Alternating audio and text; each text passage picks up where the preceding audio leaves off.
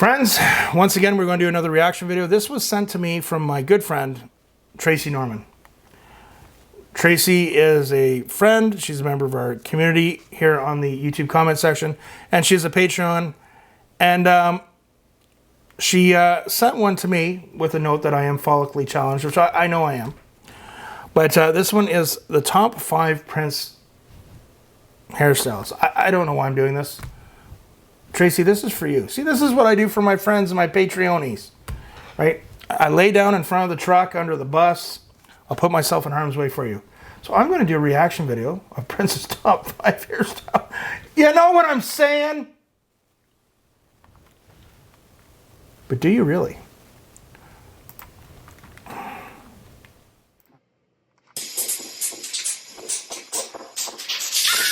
Hi everybody, it's me, Devin, from The Friend Off, and I'm back with my top 5 Prince hairdos. Number 5, the OG Fro. Listen, this is 1970s Prince, before most of us knew him. North Minneapolis. Don't call me Skipper no more. I just got my first record contract. I'm walking down the street with a cake cutter comb in my back pocket to pick out my fro.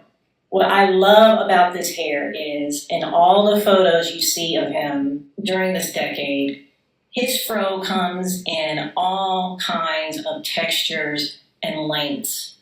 I'm curious about the products he was using, and I suspect it was probably Afro Sheen, Proline, Lusters, basically all the... It is a pretty nice head of hair.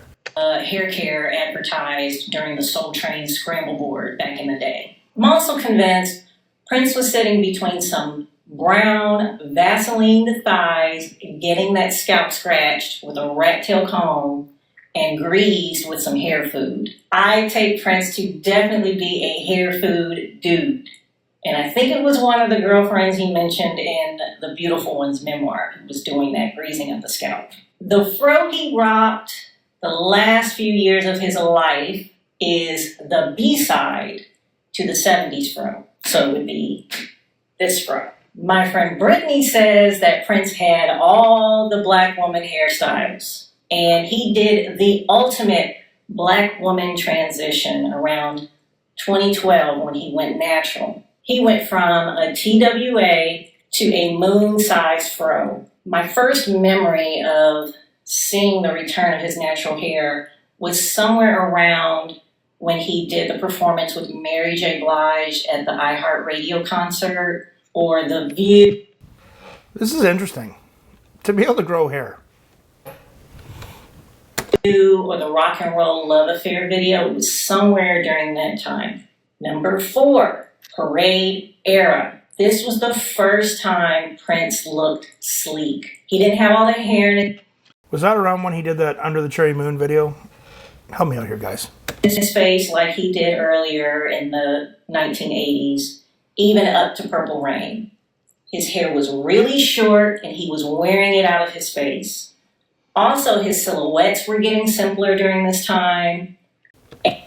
She pays attention to his silhouettes. It is a pretty good hairstyle. Pretty good head of hair. And he stopped wearing all the ruffly Amadeus-ness of the previous era. Parade was couture Prince, and his hair matched. Styled by Jill Jones's late great-uncle, Earl Jones, my 2 favorite hairstyles from this era are in the film Under the Cherry Moon.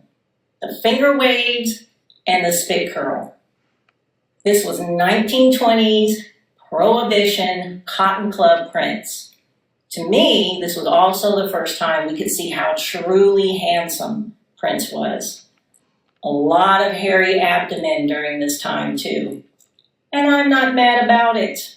The B-side to this look was 2004 Musicology. After a decade of all those sculptured dudes like the Typhoon, Prince returned to parade-like sleekness.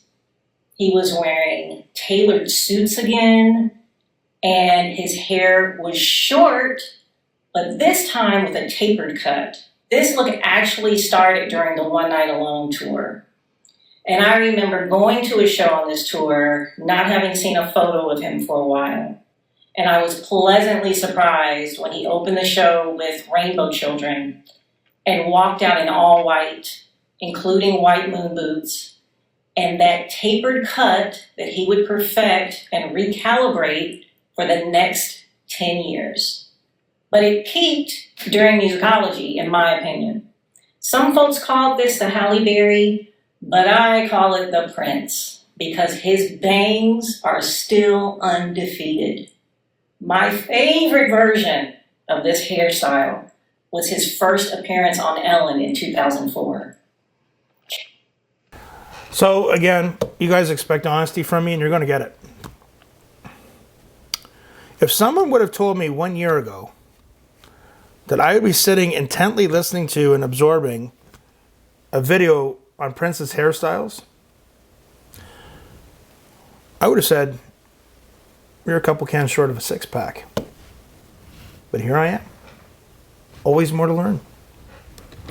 Kim Berry had them edges laid. They were not only laid, they were glistening. Number 3. I assure you that my hair doesn't glisten, even when I get out of the shower. For me, it's pretty simple. I don't even use a number 1. Just follically challenged. Ribboned plaits from the rave period. I call this look double Dutch bus. It's almost Congolese or Ghanaian, and this look combines 2 of my favorite elements, plaits and ribbons. When I was a little girl, my mom plaited my hair, and she would always put ribbons either at the bottom of the plait, the top of the plait, or both ends. Where in the plot would you put them for me? Think about that one. This look is very Southern, but it endured through the Great Migration. And what I have always loved about Prince and his music, his style, but also his hair, he always gives a head nod to the past. Which brings me to the B-side for Double Dutch Bus, the mini ponytails from New Power Soul. According to Kim Berry, this style was inspired by one of Prince's cousins who used to wear her hair this way when they were children. Another reason this style is one of my favorites is the color. Prince really started experimenting with lighter hair colors during this time, taking a break from the jet black. The mini ponies were also a transitional hairstyle because he was growing out his hair ever since the Emancipation Jam of the Year tour. This was a precursor to the Double Dutch Bus. He would attempt this style again in the early 2000s before cutting it all off, but I didn't like it in the longer length as much. Number 2. Les seltzers alcoolisés Neutral vous facilitent la vie. Parce que certaines boissons... Also from the New Power Soul era, number 2 is what I like to call independent auntie. She got a good job with bomb benefits, got a secret black feminist blog on Tumblr, her 5-year-old Mini Cooper is paid off, and she just put a $25,000 down payment on a condo loft in St. Paul. Again with this look, the color. I fell in... Guys, I'm not going to lie to you. I am kind of lost throughout this, but yet it's so very intriguing. Love with the independent auntie during the Mel B interview in 1998. When Prince and Mel B were sitting on the steps at the end, the layers in the back are perfection. Kim Berry's blending skills are on full display, and so is the tireless flexibility of Prince's hair. Also, bangs for days, bangs for nights. Promise me the bang, bang, bang. No B-side for this one, folks. Independent Auntie is an EP. Number 1, Prince of Nazareth. The long hair beard combo is my all-time favorite. We're introduced to this look during Graffiti Bridge. The precursor was Batman, but he didn't have the beard for that. Prince with long hair is just, honestly, meditative. Was he born in Minneapolis or a manger? The still withstand all time scene in Graffiti Bridge was not only a spiritual experience, but the Prince of Nazareth look was fully realized in this scene, especially in those close-ups. With this look, Prince is healing the sick. And with the pre-millennium version of this look, It is a good look. There's no doubt about it. during the rave era, he is feeding the multitudes. His long hair and beard combined with the robes during this period took me all the way out.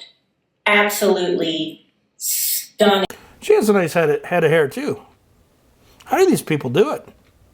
Prince of Nazareth is a maxi single because in 2000, when he changed his name back to Prince, he gave us one last hurrah with the long hair, beard, sometimes 5 o'clock shadow combo with the reverse ombre. A tamer version of this can be seen in the Rave Until the Year 2000 concert. But my favorite expression of the reverse ombre was the 2000 Soul Train Awards. However, this would be the last time we would see Prince not only experiment with color to such a visible extent, but also the last time we would see him with long, straight hair. This list would not be complete without giving reverence to the late, great Earl Jones and to the dexterous Kim Berry. Their skills helped bring countless Prince eras to life. That's my top 5. What are yours? Please share in the comments. And don't forget to like, share, subscribe, and become a member or join Prince's Friend over at Patreon. Thanks for hanging out with me. I'll be seeing you around. I love you all. Peace and be wild.